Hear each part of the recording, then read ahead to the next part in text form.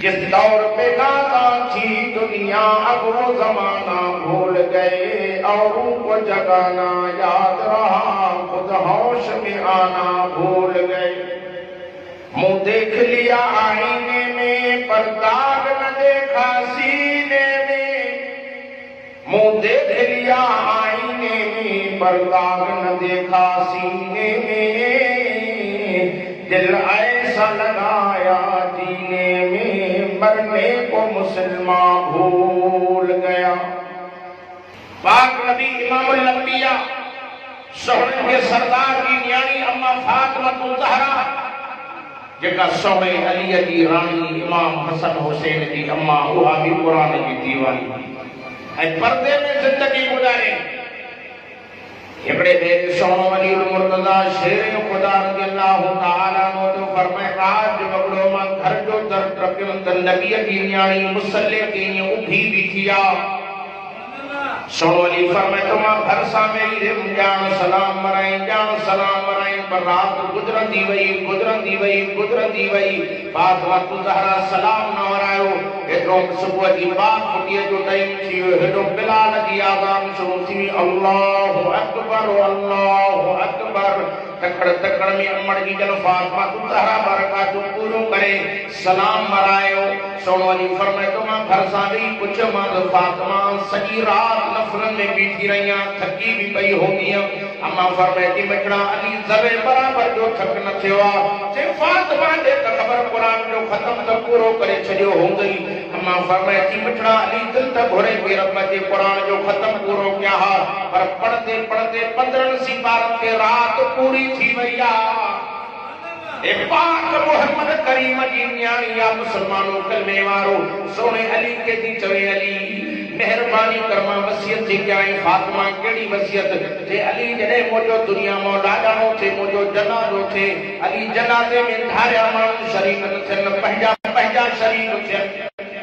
हुकूमत जनाज़न में शरीक थियो के अहिड़ा जनाजा हूंदा आहिनि जे बख्शियल हूंदा आहिनि नेकनि जा जनाजा अल्लाह वारनि जा जनाजा उनके जनाजे पढ़ण सां पढ़ण वारनि खे फ़ाइदो न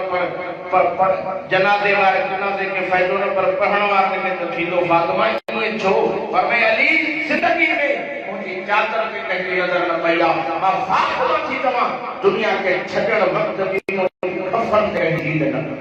सुभान अल्लाह। असांजी अमड़ी न्याणी अल्लाह रहम करे बाज़ार में भी पर्दो न हूंदो बुरको न हूंदो चादर न हूंदी ओ मुंहिंजी न्याणी बेपर्दा औरत हुजूर जी न्याणी फातिमा सां जन्नत न वेंदी ऐं सभिनी औरतुनि जी सरबराही अॻवानी करण वारी खातून जन्नत हूंदी जेका पाक अलीअ जी राणी हुसैन सईदी अम्मा है चवण सुभान अल्लाह। मां पूरी दुनिया जो औरतूं अम्मा फातिमा जे कदमनि तां घोड़े छॾिया चवण सुभान अल्लाह। हे मदीने जे मीर जी दादरी न्याणी आहे मुसलमानों कलमे वारो उहा अम्मा साहिब जी फरमाए अली मुंहिंजो जनाज़ो भी रात जो खणजाए अंधारी में खणजाए पर अम्मा फातिमा ज़हरा वसियत थी करे ओ अली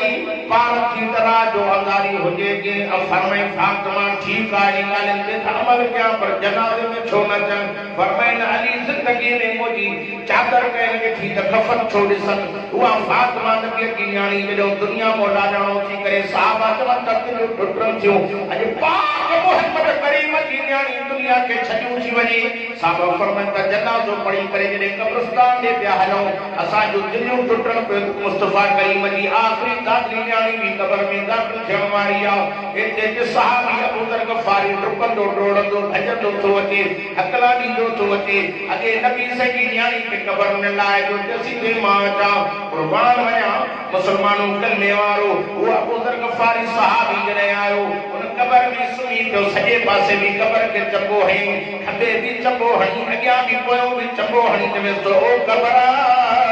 तूं त बेख़बर में माण्हुनि जा कफ़न भी फाड़े छॾींदी आहे हल टोड़े छॾींदी आहे जिस्म चकना चूर करे छॾींदी आहे। हे मामूली माण्हू जी न्याणी न थी के सरदार जी न्याणी न थी के वली जी न्याणी न थी सहाबी जी न्याणी न थी के नबीअ जी न्याणी न थी। हे पाक मोहम्मद मरीम की न्याणी थी जे सच्चे रब से कभी जहान जोड़ियो आ कबरों आवाज होयो खुद मुखे धमकाए न हस में नसब की जाए नया मुखे बुधा जलवानी में केड़ियूं खूबियूं केड़ियूं केड़ा अमल है खुदा जो कसम के नबी की न्याणी भी अमल की जरूरत आ असांखे परवाह ही नाहे ओ मुझो अमड़ियो ओ मुझो न्याणी ओ मुझो भेनरियो अल्लाह जो नालो तो दुनिया में साले अमल करे को जिंदगी जे बरवसो कोने अजनस को मौत दो काले जा वडा वडा नवाब तवया रईस वया काले या अल्लाह वारा काले रोसा जो पीरे तरीक़त साईं अब्दुल वाजिब साहब फकीर तबीयत हो जो मस्जिद बदर से को बाहर निकलत हो दरगाह हाजती में वेंदो हो जे मां त बाजार मां के याद नहीं जो जिंदगी में कदे न बुजुर्ग ॾिठी हुजे कदे भी न वया पन्नो आकल शहर भी साईं को न घुमण विया खुदा जो कसम जे जिंदगी पंहिंजे रब ते परचायो उहे भी दुनिया छॾे कब्रनि में सुता आहिनि अॼु असांखे बि हलिणो आहे तो लॾे विया शाह ऐं तवंगर हज़ारे हाथ के नौकर सुता हिन मिटीअ जे अंदर सिधो तोखे सुमणो आहे चेतो अल्लाह मोमिन तयारी कर मरी कॾी वञणो आहे अमर अल्लाह साईं जो मिठा सब कए के मञणो आहे मौत हिकु ॾींहुं ईंदो पोइ ग़रीब ते बि ईंदो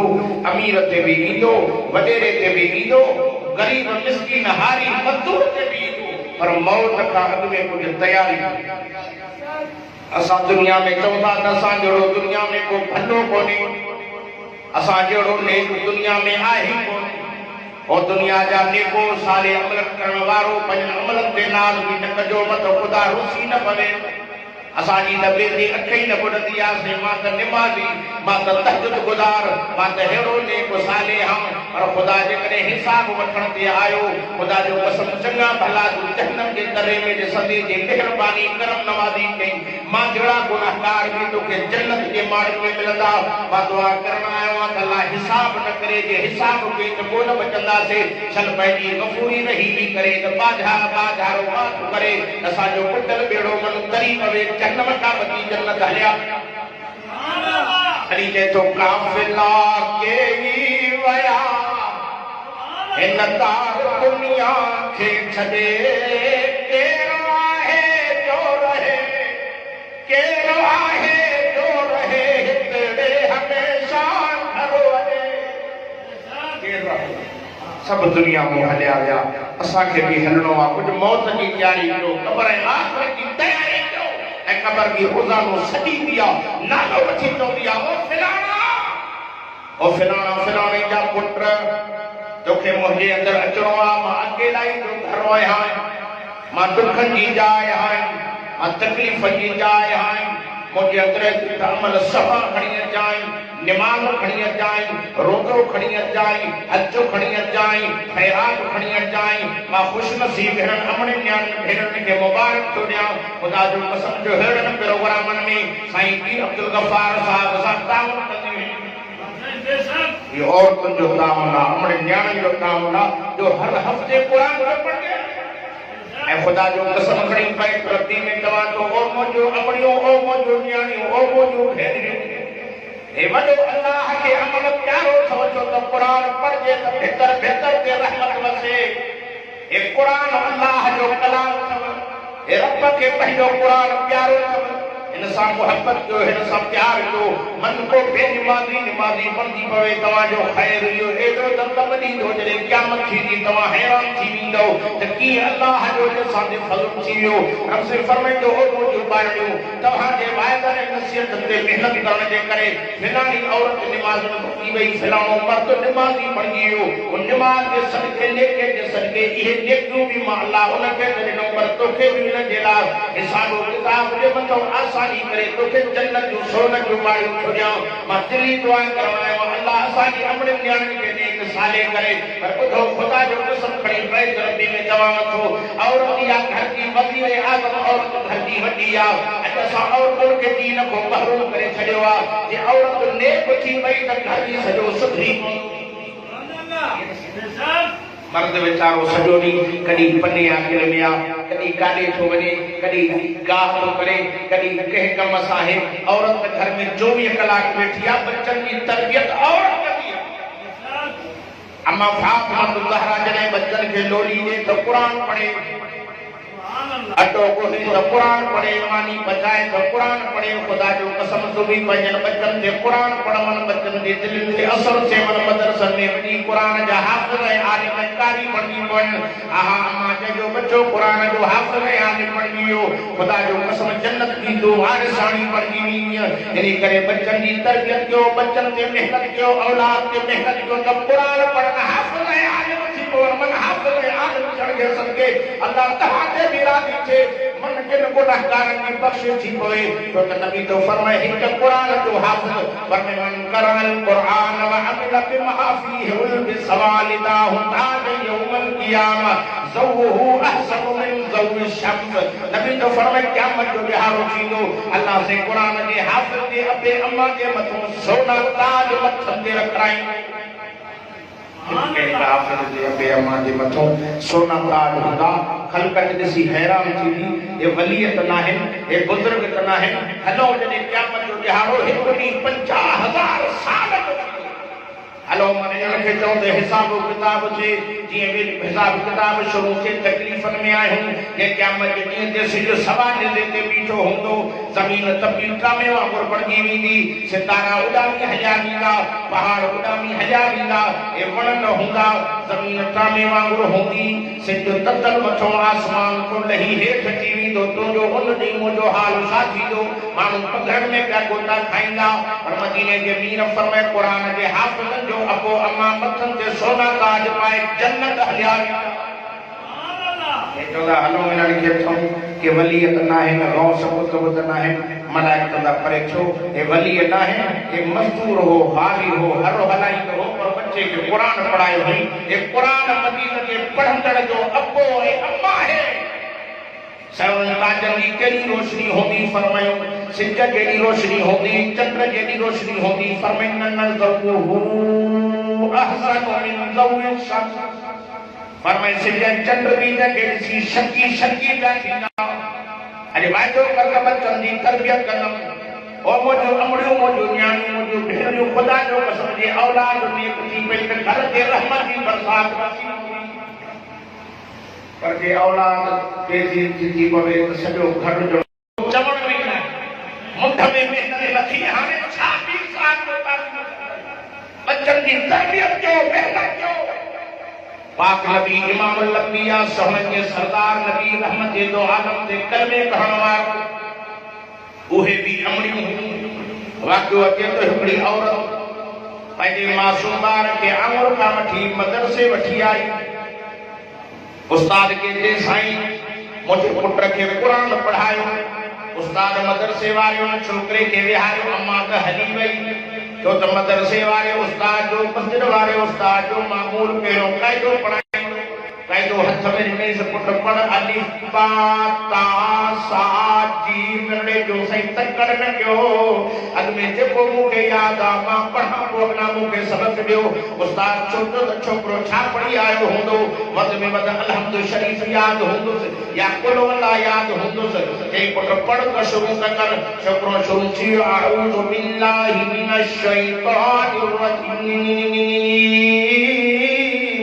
बिस्मिल्लाहिर रहमानिर रहीम, अल्हम्दुलिल्लाहि रब्बिल आलमीन, अर्रहमानिर रहीम, मालिकि यौमिद्दीन, इय्याका नअबुदु व इय्याका नस्तईन, इहदिनस सिरातल मुस्तकीम, सिरातल लज़ीना अनअमता अलैहिम गैरिल मग़्दूबि अलैहिम वलद्दालीन। उस्ताद तके तो बस ॼाण छोकिरे जो पूरो थी वियो। इन जो तके तो छोकिरो शुरू थी वियो, अलिफ लाम मीम ज़ालिकल किताबु ला रैब फीहि हुदल लिल मुत्तक़ीन। उस्ताद तके तो बस बटे आयो जो यादि करे आयो हूंदो। ख़बर तरी पे न पढ़ंदे पढ़ंदे पहिरियों सिपारो पूरो पढ़ी वियो। उस्ताद के हैरान थी वो तो छोकरो सिपारे पड़ी जो हाने बस खत्म कर दो खबर तरी पे तबे सिपारे में शुरू जो सयकुल सुफा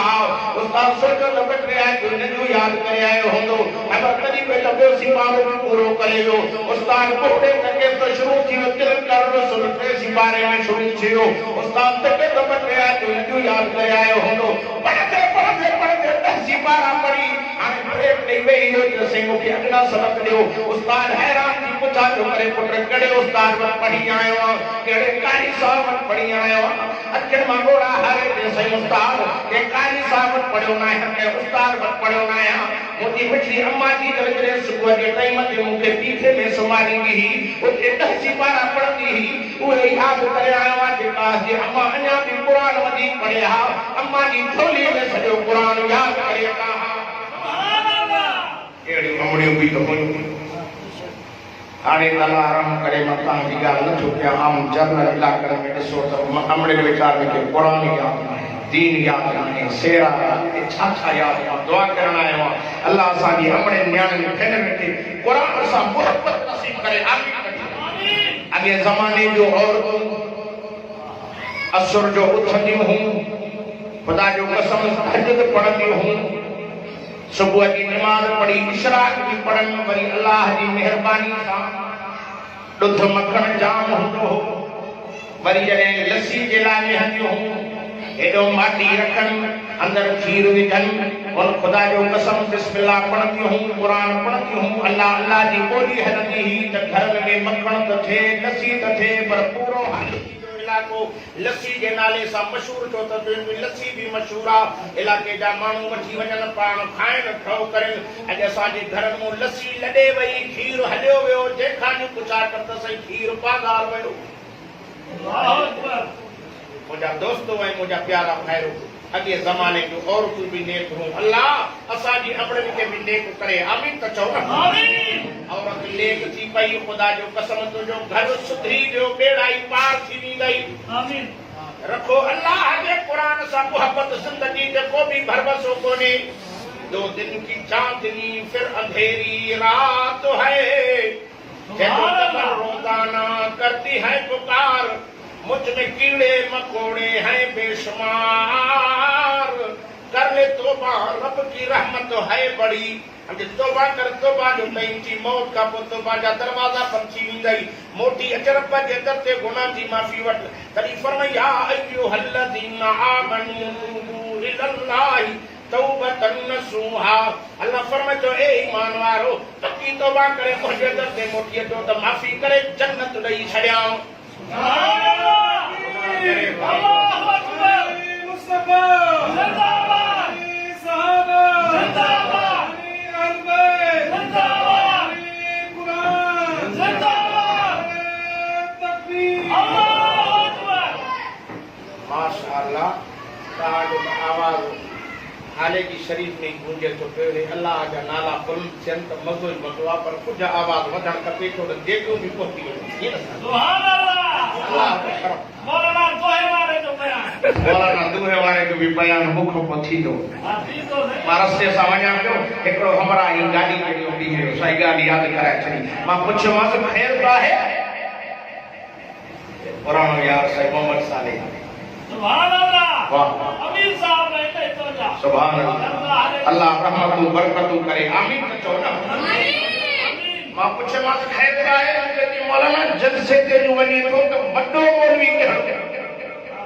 बड़ो मौलवी आ गया अच्छा खोड़ नाला वता मां फलाना इनन का अन्या बड़ो अच्छा मुखे खबर ना है ना बड़ो सबक था क्या मुखे से मौलाना समझण की कोशिश कर बड़ो मौलवी आहे मत में यार नालो बुधाए छा के दूहे वारो मौलाना कोई सही पा मावरी जवान तो असा जे मौलवी में सिगरेट की बीमारी कोने दूहे वारो मौलवी असा मत कोने थी मौलाना समझण की कोशिश कर मां जो मुखे समझा मुखे समझ में न तो अचे वो जे देव शरीफ आहे मत माशाअल्लाह देव आए मां हितो नजर फेराए त साईं वट की देव अचल अल्हम्दुलिल्लाह डंगो टोली कयूं वडे मौलवी खयूं था त मुझे वायद का को इंशाल्लाह वडे मौलवी जो वायद किया वो अल्लाह की रहमत है कुरान पढ़ के तो उन वडे मौलवी के मथों की रहमत थी वसे तो ये बरकत वाला दाना है जिनने कुरान पढ़े हुआ उनके रहमत की बरसात मां तुम अपने न्याणे के नेक जो औरतों के नमाज की तलकीन जो ओ मुझो अमड़ियो ओ मुझो भेड़ियो खुदा जो कसम जे घर में नमाज ना है उन घर में अल्लाह जो डबर है अजाब जे घर में नमाज आ उन घर में बरकत उन घर में रहमत ओ मुझी अम्मा ओ मुझी भेड़ खुदा जो कसम मां बैत रब्बी में तमा तो बेनमाजी की जिंदगी दुनिया में भी जलील तक क़यामत में भी कब्र में भी ख्वार हो तो कुरान फरमाए फमन आरज़ अन ज़िक्री फ़इन्न लहू मईशतन ज़ंका अब तो फरमाए जो मुझे जिक्र का मोड़ी दो जिक्र मां मुराद तो मुराद नमाज जो मुझे सच्चे कारू करदानी कदो मां दुनिया में मईशत रोटी तन करे छनी नमाज दिसन में मिलकत घणी होंदी मनियूं घणी होंदी कारोबार होंदा पर पूरत कान होंदा से दुनिया में यो हाल क़यामत में छा कने फरमाए काल रब लिमा हशरतनी आमा वक़द कुंतु बसीरा अब तो फरमाए क़यामत में मैं अखियों कसे करे अंधो करे नाबीन करे जहन्नम में थिकोड़ी नमाज आने फैसलो तू कर काले तो वणन चाहे ओ मुजी अम्मा भेड़ तू भी मजे दिल के अदरक ये क़यामत के दिहाड़े मुर्स तो जो साथ रही लो भा जो साथ रही लो पुत्र अम्मा के दिसी भजी वी दामत अम्मा की बेनमाजी होजन दे करे मां जहन्नम न वणा मुर्स दिसी परे भजी वी दो भा का बेदार थी दो कुरान फरमाए तोड़ा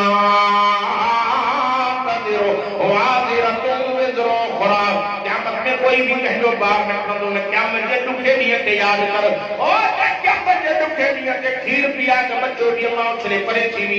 मुसलमान रे दो तहोर ना दुनिया कुरान फरमातो या अय्युहन नास तक़ू रब्बकुम इन ज़लज़लत सादी शैउन अज़ीम यौम तरुनहा तज़हलु कुल्लु मुर्दियतिन अम्मा अरज़ात व तदउ कुल्लु ज़ातिन हमलिन हमलहा व तरन नास सुकारा व मा हुम बिसुकारा वलाकिन अज़ाबल्लाहि शदीद सुभान अल्लाह अल्लाह शर्रा ये मानू पया होता कि नशे को नशो पिए बेहोश होता सिंगला नशो होंदो कुरान में नशो न होंदो अल्लाह जो अज़ाब सख्त दिसी बेहोश मां दुआ करना है अल्लाह मर्दन के भी नमाजी करे तो औरतन के भी नमाजी करे आमीन अॼु असांजा घरनि जा घर छुगनि जा ठुका बेनमाज़ी वरी पुछे त सही बरकत कोन्हे अॻे वॾा वीचारा ॻाल्हियूं कंदा आहिनि हिकिड़ो कमाईंदो हो त 20 ई खाईंदा सही आहे ईअं आहे पुराणा माण्हू वॾा वेठा आहिनि तव्हां उन्हनि खां पुछो हाणे 20 ई कमाइनि था पोइ बि बरकत नथा सघनि पोइ बि बरकत कान्हे छो न दीन खां परे कुरान खां परे दिमाग़ खां परे अल्लाह अल्लाह जे नाले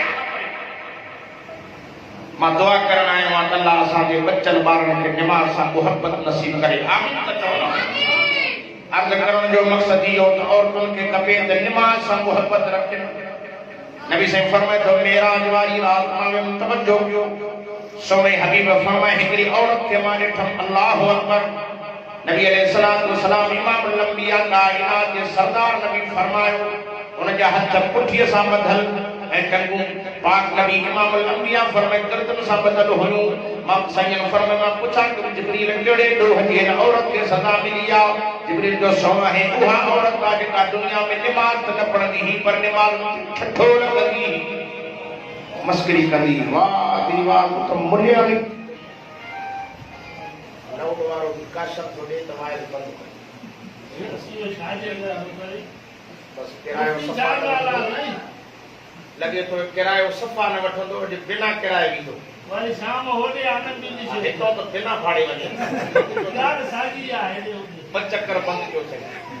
3 चक्कर बंदि कई त पोइ सम्झे त पाण सम्झो था ऐं मुंहिंजा दोस्तो ऐं मुंहिंजा प्यारा भाइरो पाक नबी इमामुल अंबिया रईसुल अंबिया खतीबुल अंबिया ज़ीनतुल अंबिया 1.25 लाख नबियनि जे ताज नबी ते कलमे पढ़ण वारो बेनिमाज़ी न थियो निमाज़ी थियो ऐं निमाज़ुनि खे ठठोल बि न कयो मस्करी बि न कयो जीअं औरतुनि जे लाइ हुकुम आहे त मर्दनि लाइ बि साॻियो ई हुकुम आहे चओ इंशाअल्लाह निमाज़ जी पाबंदी कबी चओ पाण बि निमाज़ पढ़ंदासीं बच्चनि खे औलाद खे नंढनि वॾनि खे नमाज़ जी तलक़ीन कंदासीं इंशाअल्लाह। फरमाए बेनमाज़ी क़यामत में उन कतार में हूंदो, उन सिफ़ में हूंदो जे सिफ़ में मां मुहम्मद जो दुश्मन अबू जहल बीठो हूंदो। हाणे फ़ैसिलो तव्हांजे हथ में आहे। साईं फरमाए नमाज़ी क़यामत में उन सिफ़ में हूंदो जे सिफ़ में मां मुहम्मद करीम हूंदो। सुभान अल्लाह। कहिड़ो आहे जेको नबी साईं जी सिफ़ में बीहण थो घुरे? कहिड़ा त बीहण घुरनि उहे त मथे करनि जेके बीहनि नबी साईं जी सिफ़ में। जब इंशाअल्लाह सब हुजूर की सिफ़त में इंशाअल्लाह आमीन। नबी से फरमाया बेनमाज़ी क़यामत में कारून हामान फिरौन उबे बिन खलफ जे टोले में गॾिजी जहन्नम में वेंदो। अॼु असां निमाज़ हली वई चङनि भलनि खां वई, मर्द जो निमाज़ न पढ़ंदो त घर वारी चवंदसि तूं मोतबरा जो मूंखे चवंदो पाण वेंदो, अॻु में पाण महिनत कर पोइ घर ते हुकूमत हलाए। जेकॾहिं पाण ई निमाज़ न पढ़ंदे त उनखे चई न सघंदे मां दुआ करण आयो हा त अल्लाह सां सभिनी खे निमाज़ी करे आमीन चओ। ऐं औरतुनि खे पर्दो करायो ऐं पाण पंहिंजे मथो बि कुझु सम्झो था कि न पाण मथे ईअं करंदो घुमंदो पोइ औरतुनि ते बि रोब न हलंदो ई। पाण खे बि पंहिंजे कंहिं खाते में रखो। पाण वटे सॼो ॾींहुं बाज़ारनि में लूसंदो वटे, पाण परायूं रंग ॾिसंदो वटे, क़यामत में छा हशर थींदो? पाक नबी इमामुल अंबिया सल्लल्लाहु अलैहि वसल्लम फरमायो है ॿुधायांव थो वधीक तव्हांजी मर्ज़ी जेको ॿिए जी औरत सां ज़िना कंदो आहे या इरादो कंदो आहे रब अॻु में हुनजे घर जो मुंहुं कारो कराए। ज़िना खां बचो, ज़िना गंदे में गंदो अमल आहे। क़ुरान तो फरमाए ला तक़रबु ज़िना इन्नहु कान फ़ाहिशतुन व साअ सबीला। फरमाए त ज़िना त न कयो पर ज़िना जे वेझो बि न वञो, बुछड़ो अमल आहे। मुंहिंजा दोस्तो ऐं मुंहिंजा प्यारा भाइरो, मदीने जे मीर जा उम्मतियो, सोहे नबी सां मुहबत करण वारो, पाण खे कंट्रोल में रखो, हिते रहणो न आहे। ऐं नबी से फरमायो, कायनात जो सरदार नबी फरमायो, इमामुल अंबिया रईसुल अंबिया ज़ीनतुल अंबिया फरमायो, मुंहिंजे पाक नबी फरमाए क़यामत जो ॾिहाड़ो थींदो, ज़ानी मर्द ज़ानी औरतूं क़ब्रनि मां निकिरंदा, उन्हनि जे मथनि ते उहा गलीज़ शइ लॻल हूंदी जेका मर्द ऐं औरत मां निकिरंदी आहे। परे को माण्हू सम्झी वेंदा त ज़ानी मर्द ऐं ज़ानी औरतुनि जी जमात थी अचे, हुन में एॾी बदबू हूंदी जो भरिसां को बीहण लाइ बि तयारु न। असां मुसलमान ज़िना जहिड़े अमल में पंहिंजी ज़िंदगी तबाह करे छॾी। साईं फरमाए चोर चोरी थो करे हुनजो ईमान ॿाहिरि थो निकिरी बीहे जे इन कम कंदे मरी वियो त पको काफ़िर ऐं बेईमान थी थो मरे। फरमाए ज़ानी ज़िना थो करे इन ज़िना कंदे मरी वियो तौबा जो मौक़ो न मिलियो त पको काफ़िर ऐं बेईमान थी थो मरे। जुआरी जुआ जो खेले ता सजा पता उथराई जो चलाई जो उन घड़ीअ मौत अची वियो का ख़बर न कान्हे अलाए कहिड़े हाल में मौत थींदो। पाण गुनाहनि खां बचूं, पाण गुनाहनि खां पाण खे बचायूं छो त का ख़बर कोन्हे ही जहान छॾणो आहे, अलाए कहिड़े टाइम ते मौत ईंदो। रब खां इहा दुआ घुर अलाह मौत ॾे त चङो ॾे कंदे कम खां बचाए। पर के टीवी ॾिसंदे मौत आयो, वीसीआर ॾिसंदे मौत आयो, ज़िना कंदे मौत आयो, चोरी कंदे मौत आयो, कहिड़ो असांजो चङो अमल थींदो। मां दुआ करण आयो आहियां अल्लाह ताला हिन हाले जी शरीफ़ वारे जलसे में जेके बि आया आहिनि अल्लाह इन्हनि सभिनीनि खे सुठो मौत नसीबत फरमा तो हे नेकनि जो शहर आहे, हे बुज़ुर्गनि जो शहर आहे, हे अल्लाह वारनि जो शहर आहे। हिते त साईं हमादुल्लाह हाले जी ज़िंदगी गुज़री, हिते त साईं हाफ़िज़ महमूद हसन जी ज़िंदगी गुज़री, जहिड़नि बुज़ुर्गनि जो ॻाल्हियूं कया। हिते त साईं अब्दुल समद जहिड़ा हाले जी जवान मौजूद, अल्लाह ॼाणे थो साईं अब्दुल कयूम जहिड़ियूं हस्तियूं मौजूद, वॾनि वॾनि बुज़ुर्गनि अल्लाह वारनि जूं कहिड़ी तारीफ़ बयान कयां। ही मस्जिद ख़ुसूसन साईं मोहम्मद मुराद हाले जी वारनि जी हिते अल्लाह वारनि जा पेर लॻल हिन मां दुआ करण आयो आहियां अल्लाह ताला नेकनि जे शहर खे नेक बनाए आबाद करे। मुसलमानों ज़िंदगी का ख़बर कोन थो हले कहिड़े हाल में मौत अचेव, गुनाहनि खां माफ़ी वठंदा रहो, पर का ग़लती थी वञे त ख़ुदा ख़ुदि जल्दी माफ़ी वठो। अल्लाह ग़लती थी वई आहे माफ़ करण वारो बि तूं अल्लाह वो कानो रब खे प्यारो आहे जो गुनाह करण खां पोइ जल्दी रब जे तरफ़ रुजू थी वञे। अॼु असां रब खे विसारे छॾियो आहे, गुनाह कंदे कंदे असांजो दिलियूं कारियूं थी वियूं आहिनि जो नेकीअ जी का ॻाल्हि वणे ई कान थी। लौड वारो छाती माथे बिगड़ियो आहे, इशारो थो करे बस लॻे थो मूंखे चए थो बस करो ॿारो